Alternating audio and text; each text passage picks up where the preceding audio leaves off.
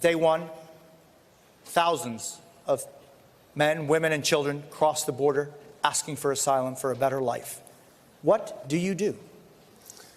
Day one, hour one. Well, certainly the images we've seen this week just compound the emotional impact that the world is judging us by. If you'd ever told me any time in my life that this country would sanction federal agents to take children from the arms of their parents, put them in cages, actually put them up for adoption, in Colorado we call that kidnapping, I would have told you it was unbelievable.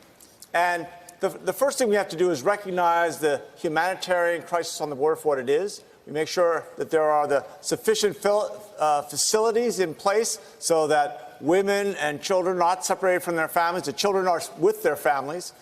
We have to make sure that ICE is completely reformed and they begin looking at their job in a humanitarian way where they're addressing the whole needs of the people that they are engaged with along the border. And we'd have to make sure ultimately that we provide not just shelter, but food, clothing, and access to medical care. Ms. Williamson.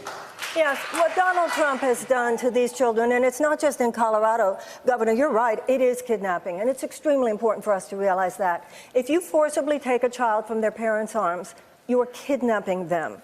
And if you take a lot of children and you put them in a detainment center, thus inflicting chronic trauma upon them, that's called child abuse. This is collective child abuse.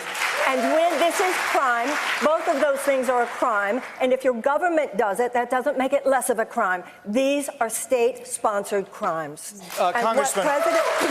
And what President Trump has done is not only attack these children, not only demonize these immigrants, he is attacking a basic principle of America's moral core. We open our hearts to the stranger. This is extremely important. And it's also important for all of us to remember, and I have great respect for everyone who is on this stage, but we're going to talk about what to do about health care. Well, where have you been, guys? Because if it's not just a matter of a plan, and I haven't heard anybody on this stage who has talked about American foreign policy in Latin America and how we might have, in the last few decades, contributed to something being more. Senator.